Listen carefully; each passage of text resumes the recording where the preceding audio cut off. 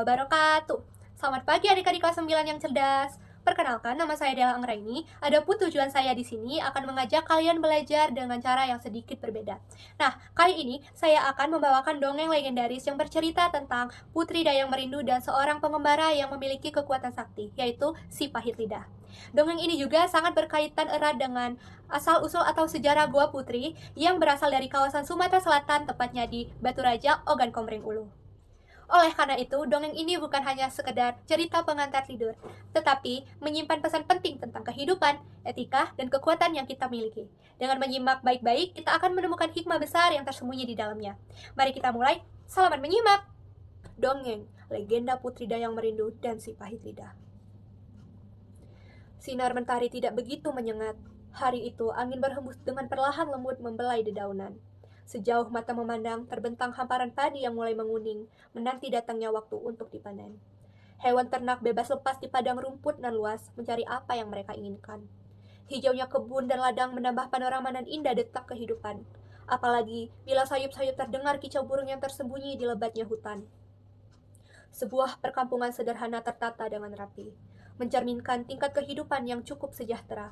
Sopan santun dan ramah tamah sesama penduduk setempat maupun pendatang membuat perkampungan ini penuh dengan ketenangan dan kedamaian. Kesuburan tanah yang dikarunia Sang Pencipta tidak disia-siakan oleh penduduk. Dengan semangat tinggi, mereka bekerja tanpa mengenal lelah. Hasil panen sering berlimpah di perkampungan ini, berkat kerja keras dan ketekunan dalam usaha meningkatkan taraf hidup. Kesejahteraan dan kemakmuran yang diperoleh tidak membuat mereka lupa diri sehingga mereka tidak pernah lupa melakukan upacara ritual sebagai tanda syukur dan terima kasih kepada Sang Penguasa Alam. Perkampungan ini bernama Dusun Padang Bindu, sebuah dusun yang subur, makmur, tentram dan damai, di mana kesejahteraan hidup dapat dirasakan oleh seluruh lapisan penduduk dusun ini. Sebuah anak sungai yang mengalir di Dusun Padang Bindu ini oleh penduduk setempat diberi nama Sungai Sumuhan, yang aliran airnya bermuara ke Sungai Ogan. Airnya yang jernih, tenang, sesekali terlihat bergelombang dengan riak yang berkejar-kejaran, membuat ikan-ikan yang sedang bermain seperti menunggu untuk ditangkap. Hari ke hari, aktivitas penduduk tidak dapat dipisahkan keberadaannya Sungai Sumuhan ini. Rutinitas mandi dan mencuci serta keperluan lainnya terus bergulir seiring perjalanan waktu. Dusun Padang Bindu ini mempunyai seorang raja yang sangat dihormati dan disegani oleh penduduknya karena kearifannya dan kebijaksanaannya dalam mengemban tugas sebagai penguasa. Ia sosok yang mengutamakan kepentingan rakyatnya dibanding kepentingan pribadinya. Dialah Raja Balian, sosok penuh karisma yang begitu diagungkan, menjunjung tinggi harkat kehidupan sesama lapisan masyarakat. Sebagai seorang raja, ia tak segan-segan turun secara langsung melihat denyut kehidupan rakyatnya. Raja Balian sangat bersyukur atas segala rahmat dan karunia Sang Pencipta atas dirinya. Karena itu, merupakan amanat yang harus dipikul pada pundaknya. Sebagai orang yang mendapat kepercayaan, ia sangat konsekuen dan mawas diri dalam menjalankan tampuk pemerintahannya. Kebahagiaan Raja Balian tak dapat diungkapkan lewat kata-kata, manakala Yang Maha Kuasa berkenan menghadirkan sang putri dalam kehidupannya. Seorang gadis cantik yang beranjak dewasa membuat seluruh negeri bersuka cita. Bagai kuncup yang tengah merekah, menebarkan harum dan pesona hingga ke dusun-dusun lain. Banyak pangeran dan pemuda yang ingin mendapatkan hatinya. Putri itu bernama Putri Dayang Merindu. Si penyayang polos, lugu, dan bersahaja. Walaupun ia seorang putri raja, kecantikan wajahnya tidak membuatnya sombong dan angkuh. Tutur sapanya begitu lembut dan menyentuh pada setiap orang periang, dan selalu rajin membantu orang yang membutuhkan sehingga sang putri menjadi buah bibir yang sangat dikagumi oleh gadis-gadis di dusunnya. Putri Dayang Merindu tidak merasa canggung maupun risih mencuci dan mandi bersama gadis-gadis di dusunnya. Bersenda gurau menyatu dalam canda di sungai menghilangkan nuansa sepi, sehingga kehadiran sang putri sangat berarti bagi mereka. Putri Dayang Merindu mempunyai sahabat 2 ekor harimau besar. Kemanapun ia pergi, 2 ekor harimau selalu menjaganya. Persahabatan mereka berawal pada satu kejadian. Pada suatu hari, sang putri sedang berjalan di tengah hutan bersama beberapa orang pegawai dan inang pengasuh Putri Dayang Merindu. Sang putri sangat bergembira melihat kupu-kupu yang sedang menari di antara bunga-bunga yang bermekaran dan tumbuh liar di hutan. Dipetiknya sekuntum bunga, lalu diselipkannya di rambutnya yang panjang terurai. Diiringi suara merdu kicau burung, Putri Dayang Merindu bermain dengan meriang ke sana kemari, bercanda dan bersenda gurau bersama inang pengasuh yang kadangkala diselingi suara tawa sang putri. Asyiknya Putri Dayang Merindu bermain tak terasa hampir di tengah hutan. Semua gerak-gerik sang putri tidak lepas dari kewaspadaan para pengawal, agar tak terjadi sesuatu yang tak membahayakan sang putri. Semuanya terkejut ketika terdengar suara harimau yang sempat membuat sang putri Dayang Merindu dicekam rasa takut. Para pengawal dan inang pengasuh dengan sigap melindungi sang putri untuk mengatasi segala kemungkinan yang akan terjadi. Rasa takut dan khawatir putri Dayang Merindu berangsur-angsur hilang. Karena suara harimau itu, bagi sang putri terdengar suara yang meminta tolong. Perasaan kasihan membawa sang putri untuk mencari asal datangnya suara itu. Sesampainya di sumber suara, Putri Dayang Merindu melihat 2 ekor harimau yang masuk perangkap para pemburu.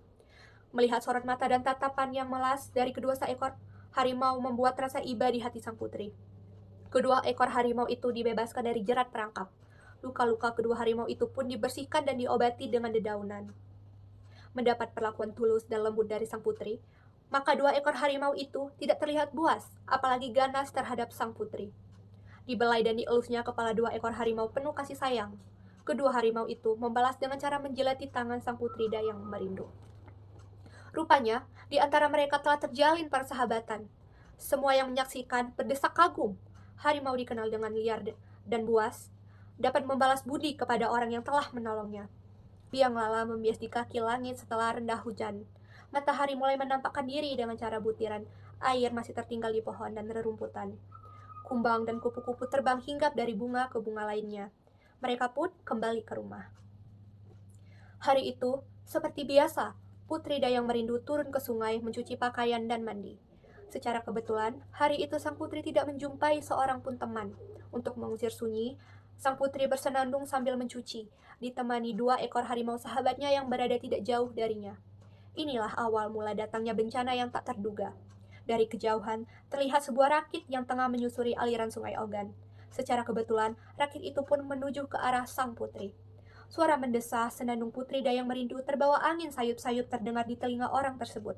Dia adalah pengembara yang secara tak sengaja mendengar senandung sang putri. Kemudian, sang pengembara membawa rakitnya menepi di pinggiran sungai Ogan.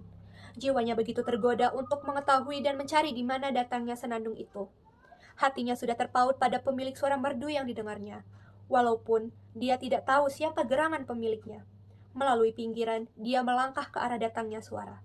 Dari kejauhan, di balik pepohonan, si pengembara melihat ada seorang gadis yang bersenandung sambil mencuci baju. Langkah kakinya sempat terhenti. Begitu sang gadis tidak sendirian. Sang gadis ternyata ditemani 2 ekor harimau. Sang pengembara dengan gagah menampakkan dirinya. Rambutnya yang panjang sebatas pundak dipermainkan angin. Tubuhnya yang tinggi dan kekar, wajahnya yang tampan namun terkesan kaku dan angker. Sorot matanya yang tajam memandang gadis itu. Suara kedua ekor harimau mengaum dengan keras, seolah-olah ingin memberitahu kepada Putri Dayang Merindu ada sesuatu yang tak dia inginkan. Kedua harimau bergerak dengan liar ke sana kemari dengan gelisah. Sang putri hanya tersenyum dan berusaha menenangkan kedua sahabatnya itu. Kembali kedua harimau itu mengaum dengan keras sambil melihat ke satu arah tepat di belakang Putri Dayang Merindu. Dengan rasa penasaran, sang putri membalik tubuhnya, melihat ke arah belakang. Tetapi, sang putri tidak melihat sesuatu yang patut untuk dicurigai. Dibelainya kedua ekor harimau itu dengan lembut. Putri Dayang Merindu pun tersenyum manis untuk menenangkan kedua sahabatnya, dan sang putri melanjutkan aktivitasnya. Sementara mata si pengembara tidak berkedip sekejap pun, terpana menyaksikan apa yang dilihatnya. Wajah cantik dengan rambut panjang sekejap lepas terurai. Senyum manis tersungging di sudut bibirnya, ketika dengan lembut penuh kasih sayang menenangkan kedua harimau sahabatnya agar tenang, telah membuat kesan tersendiri bagi sang pengembara. Pengembara itu pun memberanikan diri untuk menyapa. Duhai Putri Jelita, maafkan kedatangan hamba jika mengganggu kedamaian Tuan Putri. Kalau berkenan, boleh hamba bertanya, siapakah gerangan Tuan Putri nan Jelita? Lembut terdengar sapa si pengembara, tetapi tetap saja membuat sang putri nyaris terkejut. Putri Dayang Merindu menyadari bahwa di hadapannya telah berdiri seorang laki-laki tak dikenalnya. Perasaan takut singgah di hatinya, apalagi keadaan di tepian sungai begitu sunyi dan senyap. Kekuatan erat membelenggu dirinya ketika Putri Dayang Merindu mengetahui kedua harimau sahabatnya tidak ada di dekatnya. Putri Dayang Merindu memejamkan mata untuk mengusir rasa takutnya. Melihat sang gadis yang gemetar ketakutan, sang pengembara hanya tersenyum.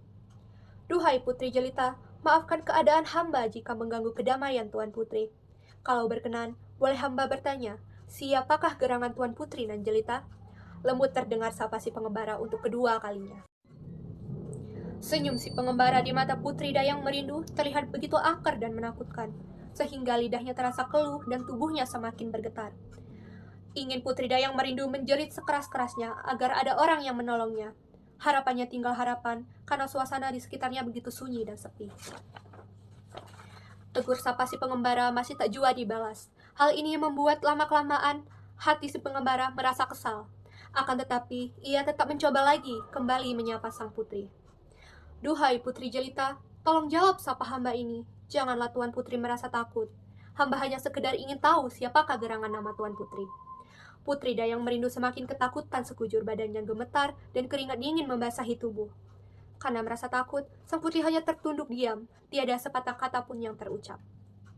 Ketika tegur sapanya kembali tidak mendapatkan jawaban, perasaan si pengembara merasa tersinggung. Ia sudah berusaha untuk bertutur sapa dengan lembut dan sopan. Sebagai seorang laki-laki, si pengembara merasa begitu terhina karena berulang kali telah menyapa sang gadis, tetapi tetap tak bersuara. Alangkah sombong sang gadis di pikirannya. Angkara murka bertakhta di hatinya. Amarah pun membakar jiwa. Suara si pengembara pun terdengar lantang dan makin keras. Kau cantik dan membisu, hatimu dingin membeku, tubuhmu kaku laksana patung batu. Bentak si pengembara dengan garang sambil bertolak pinggang dengan geramnya. Seketika petir menggelegar di hati yang cerah itu. Gelap sesaat suasana di sekitar tepian sungai Ogan. Putri Dayang Merindu merasakan ada sesuatu keanehan pada dirinya. Getaran panas menjalar di sekujur tubuhnya. Saat itu Putri Dayang Merindu merasakan seluruh tubuhnya kaku dan sulit untuk digerakkan. Masih terngiang-ngiang di telinga Putri Dayang Merindu perkataan si pengembara. Batu, batu, batu. Kemudian lenyap tak terdengar lagi. Perlahan Putri Dayang Merindu merasakan adanya perubahan di dirinya, tanpa sempat menyadari apa yang terjadi. Alam tembangkan kindung nestapa. Dahan dan ranting membisu. Tidak lagi kicau burung terdengar. Hanya gemercik air sungai mengalunkan suara bunyi. Semuanya diam dan membisu, hanya keheningan yang ada. Dalam sekejap, wujud jelita perlahan berganti rupa menjadi batu. Si pengembara tersentak dan menarik nafas sedalam-dalamnya.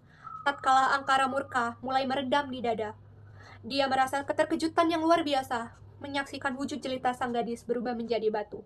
Ada terselip rasa penyesalan yang mendalam di relung hatinya, tapi apa hendak dikatakan, semuanya telah terjadi. Si pengembara mengatur napasnya, menepis gejolak perasaan di jiwanya. Ia pun kembali ke kampungnya. Sementara itu, di istana, Raja Balian tampak gelisah. Wahai Kanda junjungan hamba, adakah suatu gerangan yang telah membuat hati Kanda tertikam gundah? Suara istrinya dapat sedikit mengusir kerisauan di hatinya. Lalu Raja Balian mengajak istrinya duduk berdampingan. Duhai Dinda belahan jiwa, memang benar apa yang Dinda ungkapkan itu. Di hati hamba ada kegelisahan dan kecemasan yang begitu besar, olah-olah ada yang terjadi pada keluarga kita. Raja Balian memandang permaisurinya untuk sekedar mencari jawaban. Akan tetapi, itu tidak ditemukannya dalam kecemasannya. Raja Balian menggenggam kedua tangan istrinya. Di sini, ia mendapat sedikit ketenangan yang dapat menyejukkan kerisauan hatinya. Kanda mencemaskan putri kita? Bukankah ia sudah pergi ke sungai sendirian? Kanda tak perlu mencemaskannya, mungkin sebentar lagi putri kita akan pulang. Melihat kecemasan dan kegelisahan suaminya, lambat laun hatinya juga merasakan kekhawatiran. Firasatnya sebagai seorang ibu, mata bening pun itu berkaca-kaca. Ia takut terjadi sesuatu pada buah hatinya. Kemudian mereka diam seribu bahasa, yang ada hanya keheningan yang mencekam. Dalam hati mereka memohon kepada Yang Maha Esa agar tidak ada sesuatu yang akan menimpa diri putri tercinta. Sementara itu, tak disangka si pengembara telah sampai di pangkal dusun Padang Bindu. Ia menghentikan langkah kakinya dengan sorot mata yang tajam dan liar. Si pengembara memandang kepada sekitarnya. Rumah-rumah tertutup rapat dan jalan tampak lenggang, seperti tidak ada kehidupan. Perasaan ingin tahu itu, pengembara pun melanjutkan langkah kakinya. Sampainya di tengah dusun, langkah si pengembara terhenti. Pandangan matanya tertuju pada bangunan besar yang kokoh dan megah. Arsitektur bangunan itu sungguh sangat indah. Begitu juga ornamen dan relief yang terpahat menghiasi hampir memenuhi seluruh bangunan. Sejak si pengembara terpaku, ia berdecak kagum pada apa yang dilihatnya. Baru kali ini, ia di tempat yang makmur dan kaya. Ada sesuatu kejanggalan yang membuat si pengembara heran. Mengapa dusun ini sangat sunyi seperti tidak berpenghuni? Hasrat hati untuk mampir sebentar sekedar melepas lelah dan perjalanan panjangnya, ternyata tidak seperti apa yang ia harapkan. Kesunyian dan kesepian yang merata membuat hatinya kesal bercampur marah. Apalagi peristiwa yang baru saja terjadi di tepian sungai terlintas kembali. Api amarah dan kesal kembali membawa membakar nuraninya, sehingga apa yang terpendam tidak dapat lagi ia bendung. Apakah ini perkampungan? Bila ini perkampungan, mana dan di mana penghuninya? Si pengembara bergumam dengan wajah yang memerah. Ia memandang suasana sekitarnya. Sapaan kerasnya tidak mendapat jawaban. Hoi, penghuni kampung, di mana kalian? Kalian tahu ini bukan kampung, tetapi lebih pantas disebut goa batu. Suara geram dan kesal bergema membentur lemah dan di lereng perbukitan. Maka peristiwa di pinggir sungai terulang kembali. Petir menggelegar dengan sangat dahsyatnya sembung menyambung. Seluruh dusun tertutup gelap dan sangat pekat dan kelam. Sungguh mencekam dan mengerikan. Tidak berselang lama, semua yang terjadi usai sudah. Prahara menakutkan kini telah berlalu, hanya meninggalkan sebentuk keheningan yang mencekam. Matahari enggan menampakkan diri. Tiada lagi nyanyian merdu menghiasi kehidupan. Semuanya hilang, lenyap dan musnah. Sirna terkubur nestapa nan pedih. Indahnya perkampungan telah tiada. Tinggal gua batu yang menjelma. Dinding dan kaku menakutkan. Si pengembara memandang apa yang terhampar di hadapannya. Dusun yang dulu tentram dan damai, kini telah berubah menjadi goa batu. Raja dan seluruh rakyatnya berserta semua kehidupannya telah berwujud menjadi penghuni goa batu, terkubur dan terpendam. Demikianlah legenda Putri Dayang Merindu yang tidak dipisahkan dengan cerita asal mula terjadinya Goa Putri. Legenda ini sampai sekarang masih tetap hidup dan diceritakan turun-temurun di kalangan masyarakat Padang Bindu. Di tengah sungai Ogan, dapat kita lihat ada batu yang dipercayai sebagai jelmaan Putri Dayang Merindu, akibat kutukan si pahit lidah. Sedangkan perkampungan menjelma menjadi Goa Batu yang disebut Goa Putri. Sampai sekarang masih dapat kita saksikan Batu Putri dan Goa Putri kini menjadi salah satu objek wisata yang unik dan menarik di Kabupaten Ogan Komering Ulu. Kisah tentang Putri Dayang Merindu telah selesai. Terima kasih sudah menyimak dengan saksama. Kini kita telah menyaksikan bagaimana sebuah kekuatan besar dapat berubah menjadi bencana hanya karena satu kesalahan, yaitu gagal mengendalikan diri.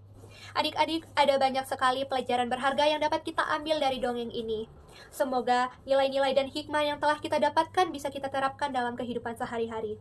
Sebagai penutup, saya ingin mengajak kalian untuk menguji pemahaman. Nah, sekarang mari kita lanjutkan dengan sesi tanya-jawab untuk melihat seberapa jauh kalian menangkap alur, tokoh, dan pesan moral dari dongeng yang baru saja kita dengarkan. Soal yang pertama. Deskripsi Putri Dayang Merindu yang jauh dari sifat angkuh paling tepat dibuktikan melalui tindakan. A. Memiliki 2 ekor harimau besar sebagai penjaga. B. Gemar mencuci bersama gadis-gadis dusun lainnya. C. Memiliki paras yang mempesona dan suara yang merdu. D. Berasal dari keluarga Raja Balian.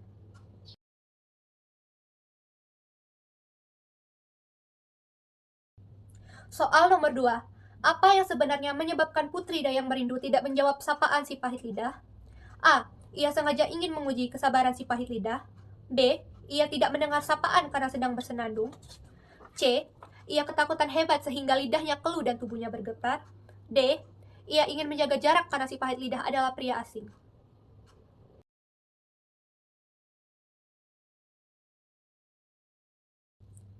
Soal nomor 3.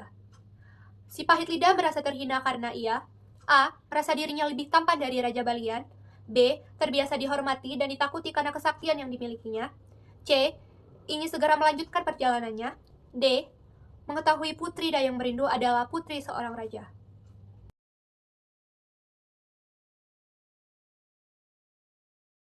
Soal nomor 4.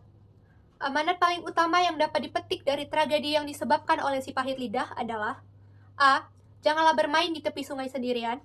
B. Pentingnya menjaga ucapan karena kata-kata mengandung kekuatan yang besar. C. Janganlah menjadi orang yang sombong dan angkuh. D. Kesaktian harus digunakan untuk melindungi, bukan merusak.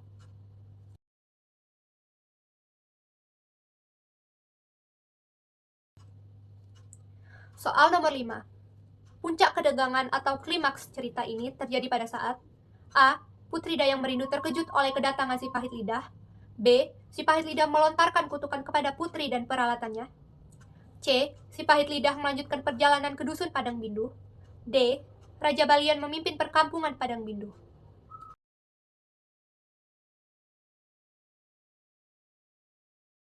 Soal nomor 6. Mengapa rasa takut Putri Dayang Merindu dapat dianggap sebagai sebab tidak langsung dari kutukan yang menimpanya? A. Rasa takut menyebabkan putri diam yang disalahartikan oleh si pahit lidah. B. Rasa takut menarik perhatian harimau penjaga sang putri. C. Si pahit lidah tidak suka melihat orang lain takut padanya. D. Ketakutan putri menyebabkan petir menggelegar dahsyat.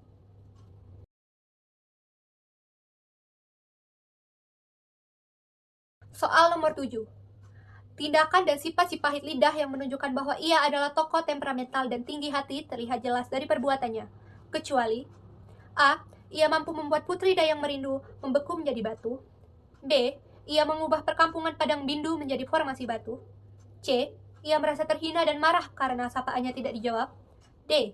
Ia adalah pengembara sakti yang ditakuti karena kesaktiannya.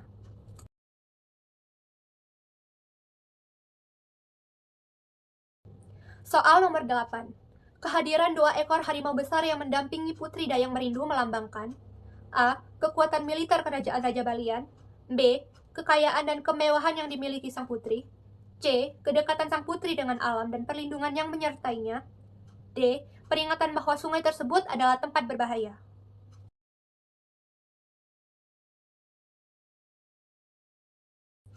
Soal nomor 9. Kutukan yang dialami putri Dayang Merindu oleh si pahit lidah adalah akibat dari A. Kecemburian si pahit lidah terhadap kecantikan sang putri. B. Kesalahpahaman si pahit lidah atas sikap diam sang putri. C. Keinginan putri Dayang Merindu untuk menjadi patung. D. Pertengkaran hebat antara si pahit lidah dan Raja Balian.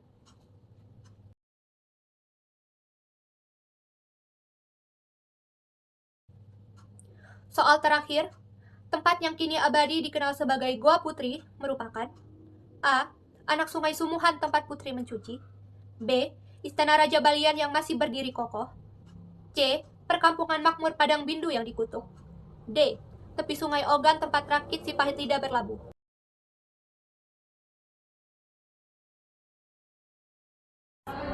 Sekian dari saya, sampai bertemu kembali di kisah-kisah selanjutnya.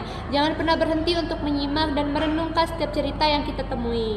Melalui latihan soal yang kalian kerjakan tadi, kalian telah mengasah ketajaman dalam menangkap detail cerita, mengenal karakter dan menggali amanat dari legenda Putri Dayang Merindu dan si pahit lidah.